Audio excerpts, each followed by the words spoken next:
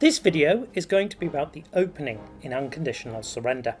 It is not going to be a deep dive on any particular opening, but a general overview of the options available to the axes at the start of the game. I am assuming that you are using the wide open option and the free setup, because I don't really understand why you wouldn't do both of those if you were playing the main event. Okay, so a quick reminder. The German player has control of essentially three variables: whether they declare war first on the Western Allies or the Soviets, the timing of their initial invasions, and by extension the beginning of the mid-game and the US entry into the war, and the number and identity of the minor powers which are invaded. The last of those usually just constitutes variations on the same openings, so I'm not really going to be tackling it in this video. The key decisions are essentially West or East first, and the timing of the invasions and declarations of war. The first invasion causes a chain reaction, leading to policy evaluation, which causes the other power to enter the war, usually about 13 months later. Ultimately, that second entry sets the final end point of the game in 1944, 45, or 46. I'll go into more details in this in particular openings. In fact, you're going to find that over the video I keep revisiting this topic, but it means the decisions you make in 1939 and 1940 will only fully pay off 4 to 5 years later. And that, for me, boils down to just a handful of actual openings. Basically 4. More if you want to count some of the variants as distinct openings, which I will refer to as the historical opening. That is, invading France in May-June 1940. East first, that is, invading the USSR instead of France in 1940. The short opening, which results in a game ending in 1944 instead of the historical 1945. And the long opening, which results in a game ending in 1946. And I will overview the basic elements of how you play each of these openings, their main strategic factors, and their common variants. But I want to begin briefly with the question of Russian collapse. If you watched my endgame video, hopefully this one won't be anywhere near as long, you will know that the critical elements in victory, beyond all the tactical basics that are the main key, are Operation Overlord and Russian collapse. Overlord is largely unaffected by the opening, but the chances of a Soviet collapse, and thus both the 16 national will and the Moscow Treaty, and the effect the treaty has, are fundamentally tied to German decisions about the opening. And we can rank the openings. Essentially, it is guaranteed that you will defeat the Soviets in a long opening. It is likely in an East first, though it generally has less impact, as we'll see. Very hard in a historical scenario, and essentially impossible in a short war. Just one caveat here. I'm going to say certain things will or won't happen in a certain scenario. That certain possibilities can essentially be ruled out in certain lines. Whenever I say that, imagine that I'm also saying assuming competent play and excluding wildly unlikely dice rolls. Yes, I know of games in which Russia did collapse in a short opening. I also know of games in which the Soviets fought from the Volga to conquer Romania in the Russian winter counterattack, that the UK landed in Germany in 1942, and where France won in 1940, invaded and conquered Germany. If you roll nothing but 6 ones, you don't need strategic advice, or even any tactics. And if you roll 1 6s, nothing I say will help you. Those edge cases don't need to concern us. Before I get onto the openings, I do need to cover one other thing, which isn't technically an opening, but it's an important concept you need to keep in mind. That is the Allied pylon. This is an example. An Allied pylon occurs when the Axis player loses control of the opening and transitions into a mid-game in which they have to face fighting on 2 fronts far too early. This is usually fatal for the German player and leads to a collapse in late 1942, early 1943 as a result of the pressure. It is quite dramatic. An Allied pylon can result from a failed invasion of the USSR in an East first, a particularly successful winter counter-offensive, or a UK Dieppe raid that gets out of hand. Or, and this is the most common, Italy activating as a Western ally. Why is an Allied pylon so bad? Well, it's to do with economics. The German player begins the game with 13 factories, producing a total of 26 production points. If Poland is conquered, that adds Posen, and when France falls, that adds Metz. But the moment East or West invaded are triggered, the strategic warfare starts, and that reduces the Axis factory count by 1.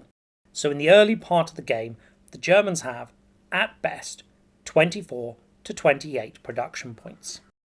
And that remains the case until June 1942, when economic reforms kick in. Editorializing, it would be so much better if this did not arrive at a fixed point.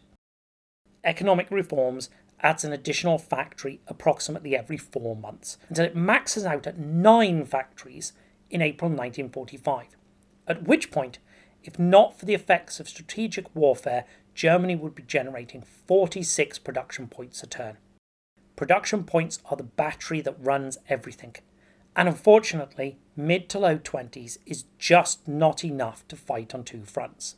By early 1941, the Germans typically have about 25 units, requiring approximately 30 production points to activate, plus fighters requiring 15 production points to replace sorties. Any front on which you are not activating units is a losing battle, no matter how good your units are. So a central, absolutely key strategic consideration is to avoid this, to ensure that fighting both the Western and Soviet factions is delayed as long as possible, and that it does not happen in the opening or early mid-game. So let's talk about the common routes into the Allied pylon. Italy joining the Allies is one. This most commonly happens because the Axis draw political failure, followed by political success by the active Allied power. It is a slim chance, 3 in 132 with the starting cup. It goes up in an East first game because the area seized markers are removed from the cup to approximately 1 in 30. But as we will see when we get to those openings, it's also a little bit less dangerous. The Axis player can mitigate this by increasing the number of pro-Axis markers in the cup, by activating Italy as early as possible. And as we will see later, if it happens on the opening turn, it is generally not fatal, as long as the Axis player transitions into a long opening. We will discuss the East first opening later, but obviously if your first invasion fails, you will find yourself facing 2 opponents quite quickly. This is most likely to happen in an East first opening if you accidentally trigger East invaded too early.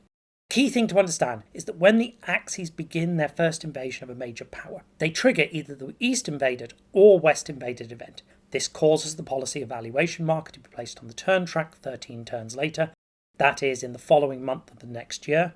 That marker has a 50-50 chance of activating the other power, Soviet or Western, which in practice means that whenever your invasion starts, you basically get 1 summer offensive to take the opponent out of the game, or you're facing both of them, and an Allied pylon. The East-West invaded also gives the Soviets or the UK additional forces. This is much more important for the Soviets in East first, where it releases 10 units and additional production points. Which leads into the most common beginner error on BGA, and that is accidentally triggering East-West invaded in 1939, thus meaning policy evaluation will kick in the autumn of 1940. This usually happens if an Axis unit is built in or attacks into certain countries. France, Russia and the UK are obvious, no one ever screws that up, but some are more subtle. Holland and Belgium for West invaded, technically Ireland, though I can't see how that would ever come into play, and Poland and the Baltic states for East invaded. And here is the thing. If you activate Poland as an Axis ally, then when you mobilise Polish units, you have placed Axis units in Poland. There is an exception for Poland if the Germans declare war on it, but that exception does not apply to Holland, Belgium, Latvia, Lithuania or Estonia. Any attack into those countries, even just an airstrike on a Soviet fighter, will trigger the invaded conditional event. Familiarise yourself with the rules around East-West invaded, and keep front and centre in your mind that the invaded triggers are independent of and unrelated to the question of which faction you have declared war on. You can trigger East invaded without triggering West invaded, even if you have declared war on the Western faction. The historical opening. This seems like the logical place to start. The historical scenario begins with a declaration of war on the Western powers and the end of appeasement. Then, either an invasion of Poland, or the invasion of Hungary and Denmark, or some combination of those. There's a whole video to be had out of a discussion of the relative merits of those two opening moves, but you want to take advantage of the single turn of fair weather before the war heats up. Most players seek to conquer some Balkan countries over the winter, or use the surprise marker to seize Norway, while the major goals in diplomacy, Italy and Turkey, both very useful against the Western allies. And again, there's a video in discussing the merits of those two. By May 1940, the German army should be poised for an invasion of France. If May is poor weather, I tend to use it to take out Holland as an isolated region. In an ideal scenario, the conquest of France is quick and decisive, and the unrestricted political success which results from it is used to activate Italy, Turkey, or put a pro marker in Spain, giving the Germans an opportunity to gain the upper hand in Africa over the winter. We'll discuss that in a moment. But the key element, and nothing should distract you from this, is the massing of a force for a decisive summer offensive in Russia. You won't collapse the USSR in 1941, but if you can push them under 30 national will, you probably will be able to do so in 1942. That, by the way, takes a much greater commitment than the Germans actually made historically. The big strategic issue in the historical opening is the entrance of Italy into the war. Ideally, the Germans want this to happen simultaneously with the fall of France. But that requires having a pro-Axis marker in Italy at the exact moment that France falls in order to use the unlimited political success, which is not as wildly implausible as it sounds at first remark, but it is going to go wrong in a fairly significant number of games. If it does, it risks Italy never entering the war at all, depriving the Germans of their strongest ally, or even worse, there's a chance, as we've already discussed, of Italy entering as a Western ally and the game transitioning into an Allied pylon, either because the distraction allows France to survive to the Soviet entry, or because the Italians give a landing point and sufficient force to allow British forces to pose a real threat. On the other hand, if the German player chooses to take Italy the moment the opportunity arises, this pushes them into the Africa line of the historical opening. Now, fighting breaks out in Libya while the French are in active power, and the British can spare resources. The Axis player has two choices in this situation. The first is just to leave the Italians to fight it out, the Africa declined variant. In this game, the Axis did exactly that, and Benghazi fell in February 40 after a fair weather turn in January that allowed the Allies 4 operational fleets to cut all Italian supply. No, this was probably lucky. I generally would not expect the Allied forces to be this successful. Severe weather can allow supplies to get through even when the Italian fleets are nearly exhausted, and a full infantry unit can hold out in Tobruk for some time. But the Italians cannot hold on for more than 4 or 5 months on their own. Which leaves the other line, Africa excepted. The Germans send panzers, which even on limited supply out of Tripoli fight better than Italian units, and a fighter to conduct airstrikes out of Sicily. But this comes at a price. Those panzers and fighters are not available to use in France. This is a game against Cirillo. It's March 1941. France is going to fall. There are only 2 points of French national will left. But this is 1941. The French have held on for an entire year. The effect of beginning the attack late, the invasion began in August, and doing so with panzers still committed to fighting in Africa meant that the French held on until the bad weather and then limped through the winter. The British have lost the Middle East, but they don't face any serious threat of sea lion, and it's probably impossible for the Germans to get their troops back to the Eastern Front fast enough to begin Barbarossa on schedule. and in fact the jump off for Barbarossa was delayed until July. Note that by this point it's too late to transition into a long opening because the West invaded condition has been triggered and policy evaluation will kick in a few months. Which brings us to Barbarossa, the historical German invasion of Russia. Using the historical forces the game assesses in its 1941 scenario, it is of course impossible to collapse the Soviet Union. Remember, you get two campaign seasons, in 41 and 42, split by the Russian winter.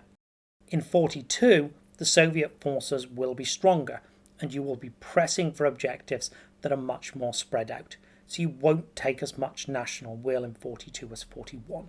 Victory depends on doing a lot more than 45 points worth of damage in the initial invasion. Is that possible by committing an ahistorically large force?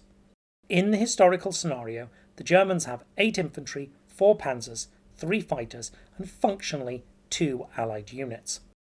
Even with the historic setup, this is considerably short of what the game would in principle allow the German army to commit. 1 to 2 additional minor allies, 2 extra fighters, and 6 extra German field units could be committed to the invasion, which would, again in principle, have begun in May rather than June. Remember, there is no possibility of success with the historical forces. It's all about the question of whether the ahistorical additional troops will tip this in the German favour. The jury is really out on that, but the 16 national will gain and eliminating Soviet forces from the equation until 1944 is an enormous boost. In a lot of ways, the evaluation of whether the historical opening works as an opening comes down to whether or not this invasion can succeed. There are 6 disputed areas on the Soviet border. From north to south, they are Karelia, Estonia, Latvia, Lithuania, Eastern Poland and Bessarabia, containing in total 9 cities and 6 factories. These are transferred to the USSR if the ceded area markers are drawn from the Diplomacy Cup, or if one of the countries involved activates for the Germans and is subsequently conquered by the Soviets. And in the case of Eastern Poland, if the Germans conquer the country while the Nazi-Soviet pact is in play. Why does this matter? Well, the USSR starts with 9 factories. It loses 1 of those the moment strategic warfare starts, but it gains 9 from the Urals factories very quickly, just under 2 years from East invaded, and potentially 9 from Lend-Lease, a lot slower, about 5 years after East invaded. So the Soviets go into the endgame with at least 26 factories giving 52 production points. Those production points have to move 6 tank armies, 11 motorised and 5 shock armies, requiring 39 production points. They also need to buy any replacements, mobilisation, and importantly restore sorties on 5 Soviet fighters, the last of which need 15 production points. And you will notice that comes up a little bit short, potentially quite a bit short if the Soviets do not get all of those factories. But 2 of those ceded areas hurt the Soviet national will. The Soviets gain 2 national will for each ceded area, but Eastern Poland has 3 cities, and Bessarabia in Romania has 2 cities, representing net losses of 4 and 2 national will. This gives the German player a strong incentive to conquer Poland as a preparation and a good reason for the Soviet player to avoid the ceding of Bessarabia. On the opening turn of the game, the Axis player must choose to declare war on either the Soviet or the Western faction. Technically, they can also do so on both or neither, but both is definitely suicide, and while neither has some weird edge case possibilities that might constitute an opening in its own right, it is most likely to simply transition into an existing opening, with the Axis losing out on a fair weather turn. So yes, that choice has to be made. In the historical scenario, it is West first, but now we will consider its mirror, East first. There are some basic features that apply to all East first games. The ceded areas in the East disappear, which alters the Diplomacy Cup and the endgame a little. There are no Vichy states. Overseas areas remain French until they are conquered. This has an important effect. In a West first game, the Russians can cross into Syria and thus with supply attack Iraq, lending support in the Middle East. Impossible in an East-first game. The French national will goes up, and so they're always harder to conquer. They also get additional units. We'll look at that in a moment. And in general, the Soviet player gets stronger in the latter part of the game because their Urals factories, Lend-Lease, partisans and surprise attack markers all arrive earlier. Probably most important is the time limit. The activation of policy evaluation means the Axis player has 13 months to conquer the Soviets, encompassing just one full summer offensive. There are two main lines in the first part of the East-First opening, the Polish conflict and the Romanian hook.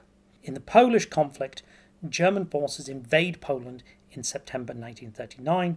Note this doesn't cede eastern Poland to Russia because the Nazi-Soviet pact is not in effect, and because Step 4 of Rule 13.22 is never invoked, the Soviets never get that factory. In the Romanian hook, the Germans drive southeast into the Balkans without invading Poland and look to trigger the activation of Poland as an Axis ally. In both cases, the Soviets can of course send troops to reinforce Poland or Romania. These shots are from a Russian defence of Poland.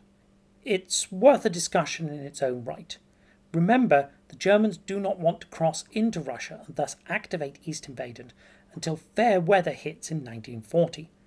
So to gain by an intervention, the Soviets have to hold the Germans up for quite a long time.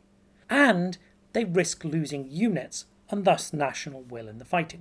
On the other hand, if the Soviets were to keep Poland in the game in their favour, or Romania in the game in their favour, until the fair weather hit, then they gain time for their defence. This is not a video about minor allies, but understanding the relative merits of Poland is important. The first thing to note is that it requires perfect timing in the Romanian hook to get Poland on side. The moment Poland mobilises, East Invaded is activated, and as we've discussed, doing that too early is bad. Assuming that you can get the timing right, there are a few pros and cons. In the early to mid-game, the Germans gain Polish troops as allies. There are a lot of them, and the Poles have 3 factories. Though you don't get the Posen factory ceded, which means that the 3 production points the Poles get are traded off against 2 production points the Germans don't have. In the endgame, the Germans effectively gain 4 national will, because Danzig and Posen are Polish, not German cities. But the Soviets gain eastern Poland when the Poles collapse, which has 2 effects. It gives the Soviets an extra factory at Brest, and it puts the Russian border about 4 hexes closer to Germany, which is important because the Soviet home defence requires 2 fighters and 5 units, which effectively are unavailable in the final part of the endgame. The same, by the way, applies to Bessarabia, and there's a justification for conquering both Poland and Romania. Oh, one last thing. If Poland is conquered as a Soviet ally, same thing goes for Romania. The Soviets get to use partisan markers there at the end of the war. Regardless of whether you pick the Romanian hook or the Polish conflict as options, you are left with 3 possible outcomes in your invasion of Russia. The best you can hope for is Russia collapses in the offensive of 1940. The ideal, obviously, would be that they collapse in January 1941, but that isn't going to happen because it's the middle of the Russian winter. So more likely, the Russians will collapse sometime April to June 1941. And finally, there is the possibility that the Russians do not collapse. When policy evaluation triggers, the Russians gain 40 national will, and France and the UK enter the war. Obviously, the last of these is a disaster. I've managed to avert complete defeat once in such a scenario, but there was a great deal of luck involved in that. Otherwise, this almost always enters into an Allied pylon, and it's pretty much game over for the Germans at this point. The basic tactical issue that the Germans face when the Russians collapse is that the units that they have in the USSR are repatriated to the occupied USSR zone. And the closest cities in that zone to the French border are Minsk and Kiev, which are both 27 movement points away from the French border. That is 4 months' march for an infantry unit, slightly less for a panzer, though you'll generally send the panzer by strategic movement. And these are production point intensive redeployments. They'll interfere with your ability to rebuild the Luftwaffe and run effective diplomacy. That creates a problem. To launch a full-strength assault on France in May 1941, the Soviets would have to collapse in January. As we've already mentioned, that's impossible because of the Russian winter. To have at least 2 panzers participating in an attack by June requires they collapse in March, the month after the Russian winter ends, which is unlikely. Now, it is of course possible to collapse France in 1942, but it is less than ideal. It ties up German resources and it makes action elsewhere very difficult. For example, in North Africa, essentially, if you can't take France out fairly quickly in 1941, you can pretty much write off North African campaigns. Okay, a little legalistic nuance. Appeasement protects minor allies, but the Moscow Treaty protects only Russian troops. Usually, it is obvious at the start of a turn that the Russians will collapse. If that is the case, then declare war on any minor powers you would like to attack without British or French interference. Belgium and Netherlands are particularly useful. If you wait until after the Soviet collapse, you will not be able to attack until appeasement ends. So, the best result you can hope for is an East-First opening in which the Soviet Union collapses in 1940, leaving time to transfer the troops west and thus collapse France in 1941, which gives the Axis player 2 choices. They don't really have the resources to make both of them. Commit troops after the fall of France to North Africa in the hope of achieving a Mediterranean lock. Africa is a tougher target in the fall of winter 41 than it is in 1940 for several reasons. None of the Vichy states exist, so the British can land troops in French North Africa. The American Lend-Lease to the UK arrives 6 months earlier, and the American Navy is therefore much closer to reinforcing them. And the British in 1941 are just tougher. The first RAF is already on board from June 1940, the second RAF mobilises in November 41, and an additional tank counter in the same month. I cannot imagine a success without multiple panzers and fighters being committed. And for once in the opening, I get to talk to the Allied player. One of the fundamental differences in the East-First opening is that French North Africa remains Allied territory after the collapse of France. It is important not to let it fall to the Axis. Get troops into the mountainous terrain quickly to defend it and get a fleet into Gibraltar. If it does fall, then the Germans will be able to transfer the German convoy to the Mediterranean via Tangier, and they will likely be able to seize Gibraltar.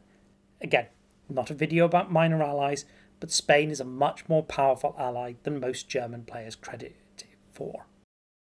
If they succeed in doing this, it creates a safe space in the Western Med through which supplies can be transported to Africa, sustaining more troops and thus stringing out the campaign much longer than you want. As for the German player, it's unreasonable to expect Africa to fall over the winter, so in early 1942 you will have to make a choice. Continue to pursue Africa and the valuable Mediterranean lock, or prepare for a second invasion of Russia. Case Blue is the name of the German summer offensive in 1942, aimed historically at the Caucasus in the hope of cutting off Russian access to Iranian oil and ultimately blunted at Stalingrad. It feels odd, but since the Soviets re-enter the war in December 1941, it can be conquered any time before January 1943. It is technically possible to achieve a double collapse in an East-First game. It's a tough ask. Compared to the likely position if Case Blue followed successful Barbarossa, the Soviets have a lot more national will. 45. Their forces are at full strength, and they should have an extra partisan and 3 to 4 more factories from Urals and Lend-Lease, thus an additional 6 to 8 production points. On the other hand, their lines are much further forward, exposing vulnerable cities that would have fallen in Barbarossa, and there will be no forts protecting Moscow and Leningrad. A redoubt strategy is harder for the Soviets in this scenario. I've marked potential cities. Moscow is no longer one, but rather part of the line that protect the northeast, and as you can see, There's about 32 national will at stake before you get back to the redoubts. The Germans will have all the usual problems when they pass beyond the Leningrad-Rostov line, and therefore do need to commit the ahistorically maximised forces. Why, essentially, Africa is ruled out. Is it worth it? There is no national will to be gained, but if you do not take Russia out, they will gain a summer offensive in 42 and 43. This is a game with Cornet of Horse in March 1943, and this was an East-first opening, and I originally intended to play a continuation. That is, to mass forces for an attack in an attempt to collapse the Soviet Union a second time. But then, in the bad weather of early 42, my opponent left the UK exposed. I had fresh Italian fleets stationed in the Western Med, and I could not resist a Sea Lion operation. You really don't get much chances at Sea Lion, and, obviously it's in many ways a lot of fun, so I do generally go for them, even if they're not the best strategy. The collapse of the UK netted 16 national will, and of course inflicted such a decisive blow on the Middle Eastern forces that they also collapsed. However, Sea Lion is an intensive op. It generally drains a lot of production points because it's burning up Luftwaffe units. And there were panzers and Luftwaffe tied down in Africa. The Eastern Front collapsed under the pressure and didn't stabilise until we reached Poland and Romania. I was a little unlucky. Belfast held, that's not a complete surprise, but Kuwait should have fallen. Even so, the fact is, I had to face a Soviet offensive in 1942 and again in 1943, and the Soviets will begin 1944 much closer to Germany than they otherwise would have. This certainly isn't a lost position, but it's doubtful the trade-off was worth it. And in general, that will be the case in East-first games. Continuation will almost always be your best bet, assuming that you can, in fact, collapse the Soviets. Let me express my mixed feelings on the East-first opening. On paper, it is a worse opening in every respect than the historical opening. Russia is a tougher fight than France. It makes France a tougher fight. It makes Africa a tougher fight. It brings the Soviet army in earlier and it keeps them in longer. And it burns a lot of production points, which tends to cut into German diplomacy. I've seen several games, and minor allies vary a lot, but there is no question that on average, Germany ends up with fewer allies. This is just worse than the historical opening. The best result I can see is to collapse Russia in 1940, defeat France quickly, get some boots on the ground in Africa to apply some pressure and at least keep the British out of your business, and inflict a second defeat on Russia in 1942. But that will still put you into a worse mid-game than a historical opening with a Russian collapse in 1942. So here is the real question. How likely is a Russian collapse in 1942 in a historical opening, and how likely is it in an East-first game? If it is a near certainty that you can collapse the Soviets in a historical opening, then that is always going to be the better opening.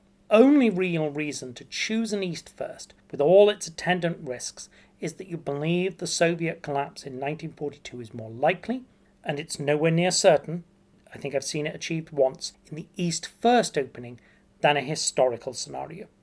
But that's a complicated topic for another video. We've discussed two openings, both of which end the war on the historical schedule of July 1945. Okay, technically that's not the historical schedule. The Germans actually collapsed several months earlier than that. And we can go in at some other point to the weird design decision that the Germans have to outperform their historical position in order to win.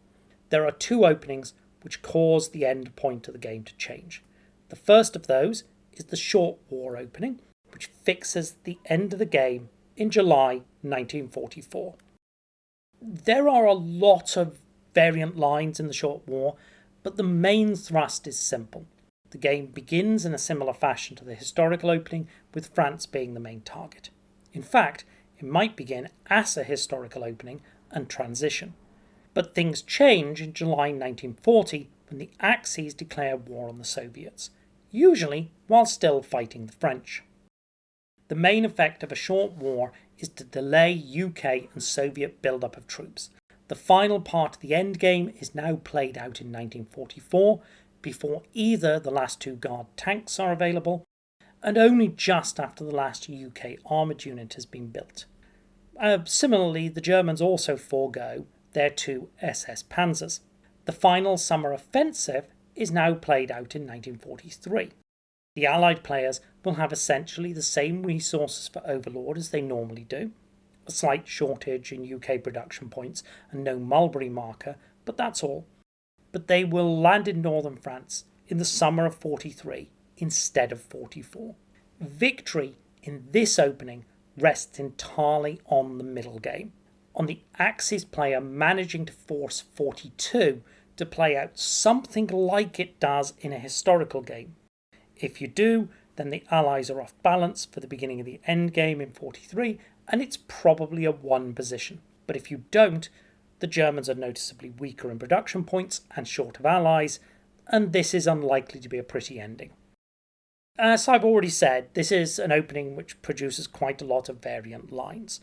What I'm going to do here is talk about 4 general issues, so alternative lines, strategic concepts, and I'm going to put them under the headings Operation Francis, the German Turtle, 39, and the Cabinet Crisis.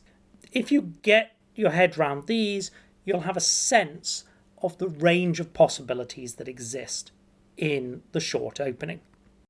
The first and most obvious point is that the Germans will probably end up fighting on 2 fronts for at least a short period. That's not as big a worry as you might think.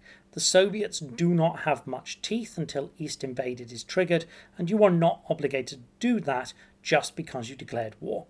You can't hold it off forever, it happens with US entry, but you don't have to do it immediately. The greatest danger is, of course, that the French hold out long enough for the Russians to become a real threat. The moment Russia enters the war, the French gain 10 national will, so they hold out that bit longer.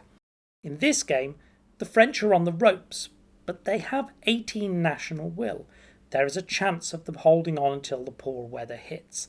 In my experience, German players often undercommit to the Battle of France.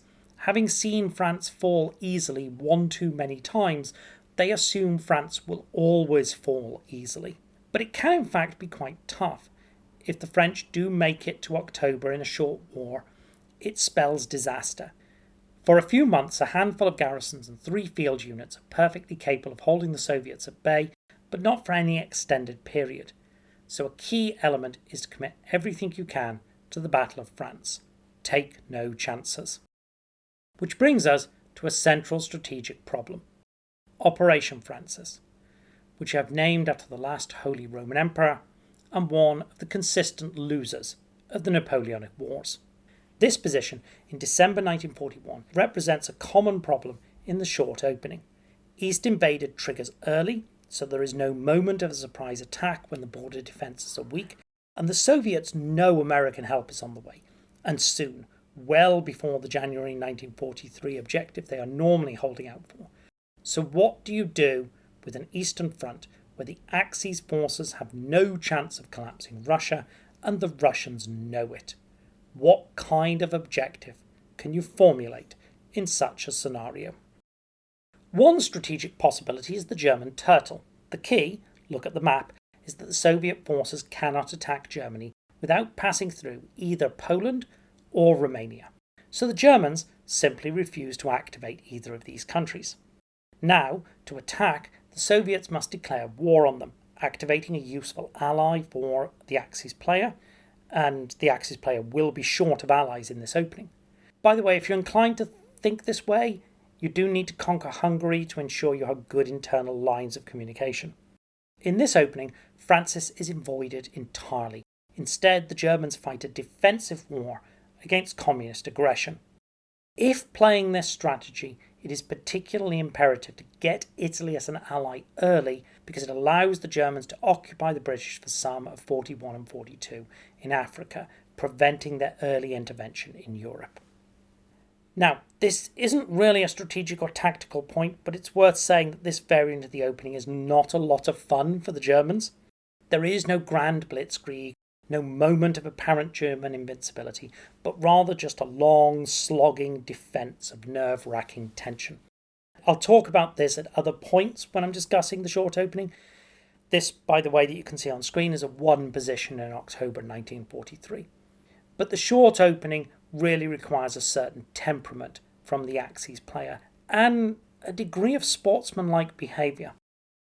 Let's assume that you don't fancy the German turtle as a solution to the problem of Operation Francis.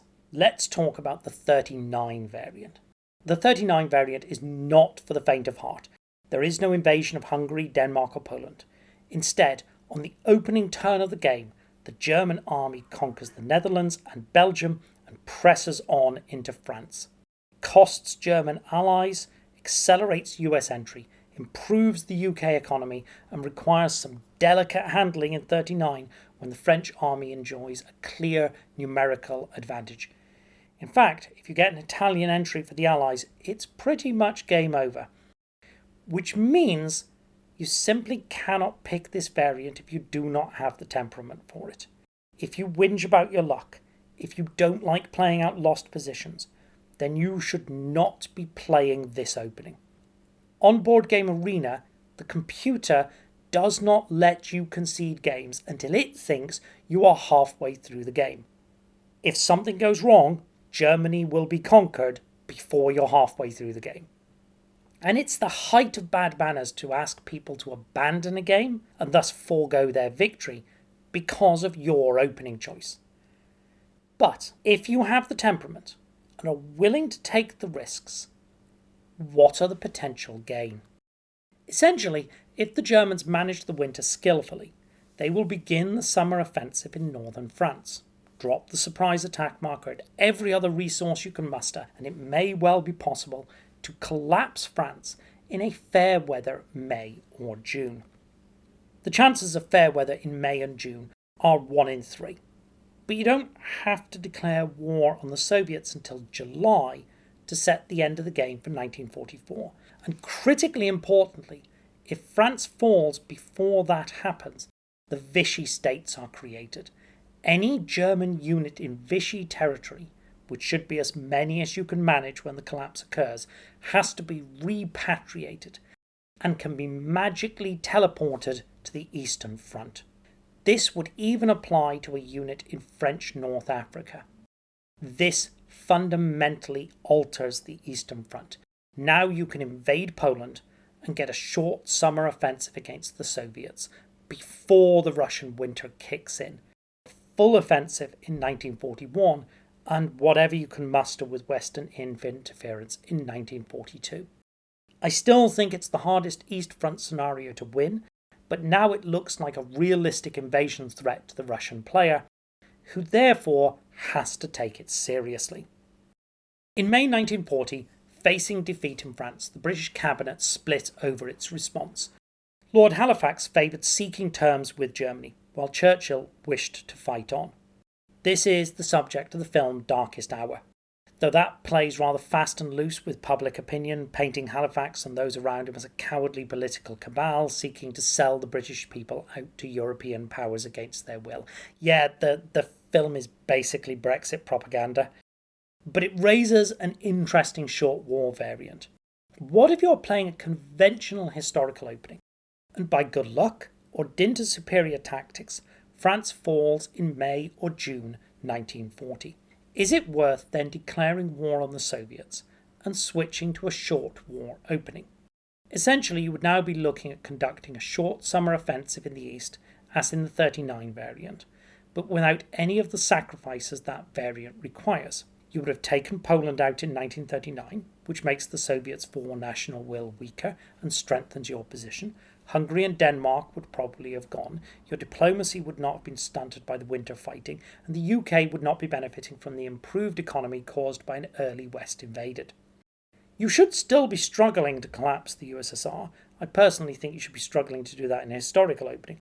But you should be a very serious threat now to the Soviets.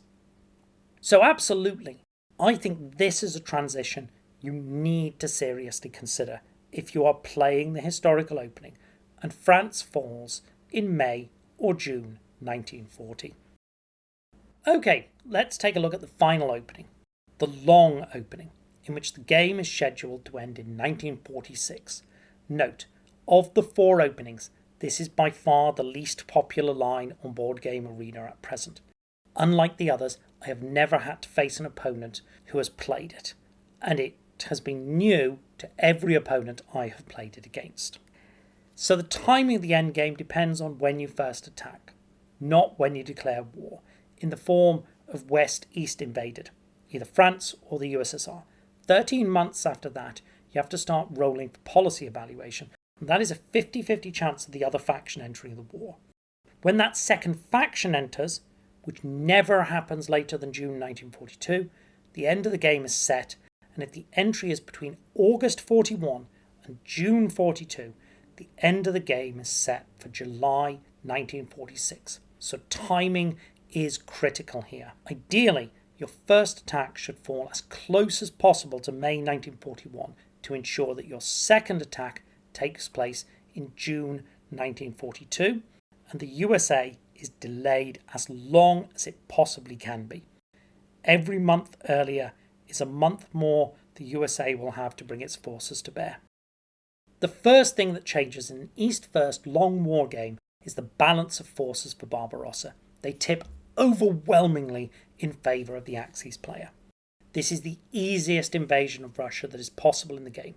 The Soviets suffer the usual disadvantage of an East-First game that the 6 units for ceded territories cannot be mobilised until after the second German turn, and that the USSR has only 45 national will. But now the Germans are able to bring all the ahistorically disproportionate force to bear that they can in 1941, most important of which are 2 extra panzer armies. On the way, the Germans will crush 3 Baltic states, so given the light Soviet resistance, you're expecting a 22-point gain in national will. This is the position part way through the German initial assault. Notice that not a single Soviet unit is going to survive the initial attack, because they are so much less numerous than the historical forces. Now, it is worth noting here that despite this overwhelming destruction and penetration to Kiev and Dnipropetrovsk, the Germans are partly defeated by distance. They cannot reach the Bologoy-Rzhev-Rostov line even unopposed, but essentially it is impossible for the Soviets to successfully defend in this scenario. The invasion of Russia has effectively been turned into the sort of one-sided turkey shoot we normally see in the Battle of France. Talking of the Battle of France, you want to declare war on France in June 1942 to delay American forces as long as possible. But France is a problem. Not only do they have 30 national will, they have 3 motorised units which are as strong as German infantry, a tank army which is only just shy of a panzer, and the British will have 3 fighters and be deploying a tank army in August and upgrading to a second tank in September. This position is from September 1942 in a long war game, the last turn of fair weather. Can France hold? In this game with Lynx 5 and WKSP, the French still had 20 national will, but they were beginning to disintegrate, and they eventually collapsed in January 1942. Now, that timing is important. If the Soviets are defeated in 1941, they will re-enter the war for 1943. If the French can hold for any length of time, the Axis may be fighting a war on 2 fronts, which makes what originally seemed to me an interesting stratagem, I will call it the Wasp's sting, because it was suggested to me by a user WKSP, is in fact an essential part of the line you need to rote learn and prepare for. This is a long opening position in December 1941. The Soviet forces have been at 1 national will for several months, but the Germans have refused to advance, consolidating a defensive line a hex or 2 beyond their captured cities and using spare production points to suppress the Soviet Air Force. Critically, Orel is not German occupied. That is still technically a Soviet city, but if it falls, Russian resistance will break. Even if the Soviets build a unit in the city, that is still functionally like taking a surrounded fortress, which is quite achievable. These are the odds for the attack, which equate to a 1 in 9 chance of a step loss. That is slim odds for a single attack, but remember you can entirely surround whichever poor Russian garrison you've picked on. And to calculate out the full odds, we need a Markov chain. A quick reminder about Markov chains. If you have a state change with fixed probabilities, you can work out the probability of any particular result by matrix multiplication. I have a spreadsheet set up for this, which shows about 1 in 3 chance of taking a city in the Russian winter. And if you drop the German paratroops on top, much as with a fortress, which is effectively what the Russian winter is converting this into, you can push the odds to 90%. Actually slightly better if what you face is an infantry, not a shock. Note here that when I calculated the odds, and this shows in the tables and the spreadsheets, I actually forgot to include the -1 for poor weather, so it's slightly worse than it appears, but I'm also not taking into account that the Soviets only have a finite number of tank counters, so overall this does in fact work out to be roughly where we're looking here. You're going to need to drop the paratroops, you're going to need to have the city completely surrounded, but you should have very good odds of overwhelming that city you've held onto and therefore pushing the Soviets over the edge into a collapse. There are a number of cities particularly well suited for the sting. Minsk, Veliki Luki, Orel and Kharkov are particularly ideal. Minsk is by far the best option if you can plan this from the first month of the operation, pin it with 2 units and refuse to take it. These cities, because they are not well protected by rivers, as Bryansk and Smolensk are, and they are not critical supply hubs, as Kiev and Kursk are likely to be. And you might be looking at me and thinking this is an inordinate amount of trouble just to push Soviet re-entry back to 1944. But this is how crazy things get in 1943 if you don't do it. This Soviet attack in July 43 is taking advantage of France having made a long stand, but it is also reckless. Early in the game, the Soviet player has to conserve units at all costs. National will is critical, and avoiding collapse is in most openings their sole and only objective. But the moment January 43 arrives, that all changes. The Soviets cannot collapse, and they don't really care about losses any longer. Yes, those are staggering losses for the Soviet player, and no, they don't care. And yes, Moscow is actually going to fall this turn, but they still don't care. And the attack in the north will eventually peter out, but they still don't care, because even trading units at 2-1 or worse with the Germans, they are still whittling down the German national will and still ultimately making ground. The game does nothing to punish reckless use of Soviet units like this. In fact, it broadly rewards it. But the Germans cannot afford to fight 3 whole summers this way. You have to arrange for the Soviets to fall in 1942 to give time to engage the Western Allies and to fully exploit the mid-game dominance this opening gives you. You will need all the positional advantages you can get to last out to 1946. Which leads to the big issue in the Long War. What on earth does Germany do with that extra year in 1940? It has to be something that doesn't involve the major powers.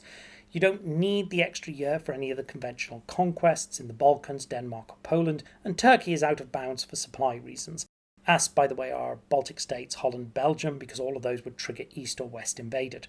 So that leaves 3 potential options for the additional time. You can twiddle your thumbs for an extra 12 months, which is possible, but I don't think the best use of your time. You can invade Scandinavia in a major way, with various combinations: invade Norway, activate Sweden, or invade Sweden to activate Finland or Norway. And the other possibility, and hear me out on this one, is Italy. Italy is not that hard a country to invade if it is isolated. The Germans actually control most of the Alps, which are the main barrier, so Italy only has a single hex of depth to defend. The Germans are able to mount a formidable defence at the Alps line at the end of the war, but they have better troops than 3 hexes of terrain. If Yugoslavia is onside or conquered, then the Germans can mount 14 attacks at roughly these odds once they have shut down the Italian Air Force. They should be through the mountains and into the open terrain in the first month. The Italians have only 12 national will. The 6 cities concentrated in northern Italy are enough to force a surrender without having to make much ground at all. Durazzo in Albania is a nice addition as it takes 1 national will, and combined with some casualties, that may obviate the need for a northern city.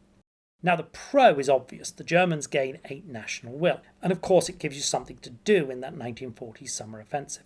The con is also fairly obvious. You lose Italy as an ally and thus any realistic shot at North Africa, and that is a pity because with Italy, Spain and Turkey on side, there's a good chance of achieving a full Mediterranean lock. But here is the main advantage. You don't have to worry about a lucky Allied activation of Italy. In fact, you can treat this as a transition. Start with an East first. If the Allies activate Italy, just transition to a long war opening and conquer it. There's a whole headache off your plate. I introduced the long war as an automatically East first option, in the same way that the short war opening is automatically a West first. Until I began to analyse this, I didn't actually think that. I kind of assumed there was a legitimate mirror version with a West first opening.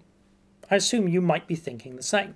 But there isn't, because there are only cons relative to the East first line. The Soviets move from an easy collapse to no chance of collapsing them, and they gain a summer offensive. Italian activation becomes a danger again because they can be reinforced by the Western Allies. Scandinavia gets harder. Africa likely becomes nearly impossible, and you go into the endgame with a worse position and less national will. I can see an argument for keeping a West first line of this opening in mind, in case Italy does activate for the Allies. So essentially you play for the perfect timing on Italian entry in a historical opening. If the Italians activate for the Western faction before May 40, you make a transition into a long game to give you a chance to conquer them. That kind of makes sense as a fallback, but it's not something you would ever want to actively go for. So how does the long war compare? It's a rare one for people to pick. Feels like you're opening yourself up to an extra year of Allied punching. But actually you're really not. Played carefully, and you do need to learn the sequencing I just went through, you face similar attacks. Remember, the bulk of US forces are delayed until 1945, and thus D-Day and the extra year is really 1940 with no fighting against the major powers. It has none of the risks of the other openings. Again, played carefully. You get the best diplomacy, get the only certain shot at Russian collapse, you get a good chance at a Mediterranean lock, and so on. On superficial examination, it is the strongest of the four openings. Though, and this is worth saying, no matter how good the opening you play, you need tactical skill to actually take advantage of it in the mid and end games. I've covered all four openings. How do they stack up against each other? That is a tough question to answer. Ideally, you would want to see some statistical data based on games by players strong enough to be following reasonable lines through. And I definitely don't have that. I mean, what constitutes a reasonable player? You can't really ask that somebody plays a line perfectly if they haven't actually played the line before. A player going into the game really needs to have played the Germans at least 4 times, so they've played each of the openings once. If their plays are evenly distributed, that means that they've played 12 full main event games. We're quite a bit now into the game being fully available and fully working on Board Game Arena. At the particular moment when I'm recording this, home defense, which was the final rule that hadn't quite been fully implemented, has almost been fully implemented, except that it still depends on a sort of honesty system that players have to agree that they can see a home defense problem. So the only players who can play a competent version of any of these openings, and therefore the people you want to statistically measure, are people who've played 12 games, and there's only a tiny handful of people who've actually played 12 main event games. I think on paper the analysis holds up. The East first opening is in almost every respect inferior to the historical, unless the Soviet player can hold in the historical but cannot do so in East first. And that absolutely boils down to a much more in-depth discussion about the redoubt strategy, the Don defense, and this kind of stuff, which is all its own video. The short war is absolutely a risky opening. cannot think why you would look on paper and consider the short war worth pursuing unless you knew that the historical and the East First openings were basically unsound. That is, there were Soviet and Western defences that ultimately led into positions that most of the time were going to be lost. And then you might think, well, okay, I'll do a short war because 10% of the time I'm definitely going to lose, but the other 90% of the time I get myself into a winnable mid-game. I think the transition from the historical to the short war is absolutely something you should be aware of and considering. But the balance of my judgment at the current time is that the long opening is the logical opening. Played correctly, it has few risks for the Axis player and it creates a consistently strong mid-game position. But please do share your experiences in the comments. I know that the East First continuation line has some very strong proponents on BGA, despite the negative things I've said about it here. And there we are, here endeth the lesson. So I was completely wrong. This is clearly actually even worse than the endgame video in terms of length. I'm seriously going to try and find ways to keep these shorter in the future, maybe break them up more. But these kind of two paired videos looking at the endgame and the opening are kind of important to setting the overall strategic structure of the game. Finally, a little bit of editorializing. Games have an opening problem any time it becomes possible to simply learn by rote a set of moves that give you a substantial advantage. One large enough that a competent player can then bring the middle or end game to a positive conclusion. Hex and counter games with static setups tend to have endgame problems. There are only 4 openings. There are probably only half a dozen sound lines in each opening worthy of serious consideration.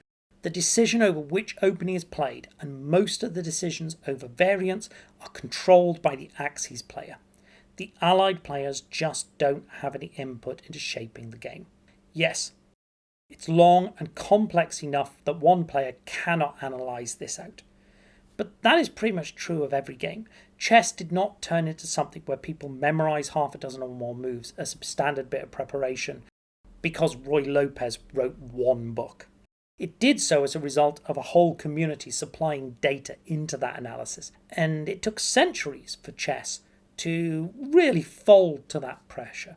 It won't take half as much attention or as large a community to press unconditional surrender to the breaking point, primarily because of that lack of dynamism that the Axis player essentially controls all of the important decisions.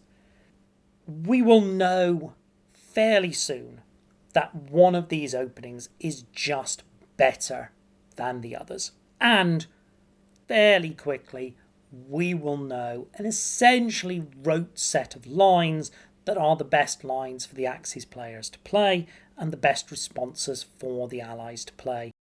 Then you just won't see competent players playing anything else. To be fair, this is not a unique problem for unconditional surrender, as I suggested. Hex and counter wargames, because they're heavily asymmetric, often have opening problems of this type.